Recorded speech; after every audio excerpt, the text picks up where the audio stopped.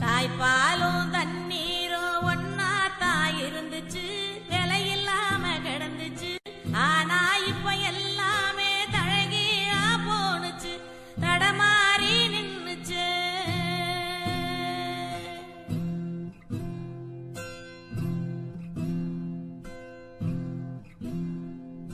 நிலாவுல தண்ணீர் இருக்கான்னு தேடுறோம், ராக்கெட்ட ஏவுறோம், குடிநீர பூமியில வியாபாரம் பண்ணுறோம்.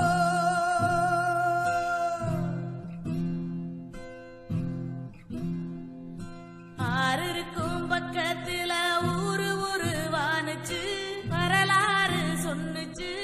ஊரு மட்டும் இருக்குதையா, அற மட்டும் காணல, போன